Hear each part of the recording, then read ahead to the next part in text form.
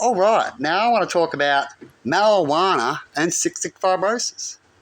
Now, I think it was about 10 years ago, it was a while back, 8 years ago, I had the hospital, Alfred, ring me up out of the blue, because I'm on their list, cystic fibrosis, if I want to be part of a test. And the test was got to do with having marijuana. You remember me talking to you about this, Emma? Yes, I remember that. All right. They ended up calling me back. It was a few phone calls.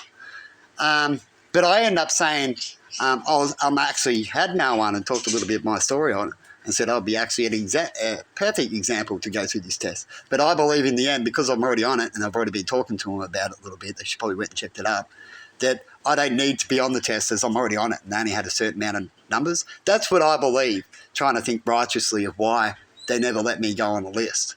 But there was a list and it really happened. Check it out and let me know it was true, because I only had a phone call and haven't seen real TV evidence and all that kind of stuff, right? But you let me know if that was true at the Alfred Hospital here in Melbourne, in Australia, Victoria, right? If they did a test with people with cystic fibrosis to see how marijuana will help them. So if you had marijuana by eating it, as it's a disease you really wouldn't want to make the lungs worse as it already affects it, you'd want to eat marijuana or have it another way where you don't smoke it, which is what a lot of people do when it comes to medication, and it becomes easily available. It's better to have it in such a form. But here we have people that haven't got that opportunity to have such a test and stuff like America does more often with stuff. But they do it for a small group at the moment.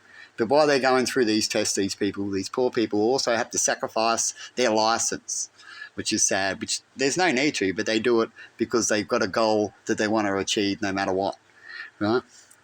And so when it comes to people with cystic fibrosis, should they have marijuana to help them? Well, far as scientists say, it does help them, just like cancer, right? But they certainly shouldn't be smoking it.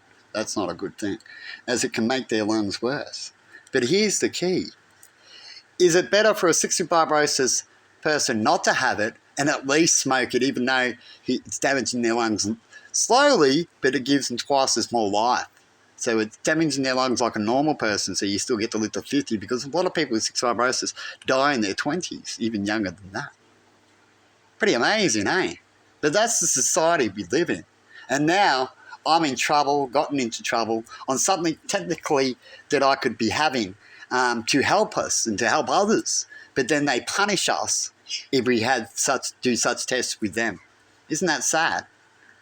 We can't even speak about such tests sometimes, as they will punish you for it. Very sad.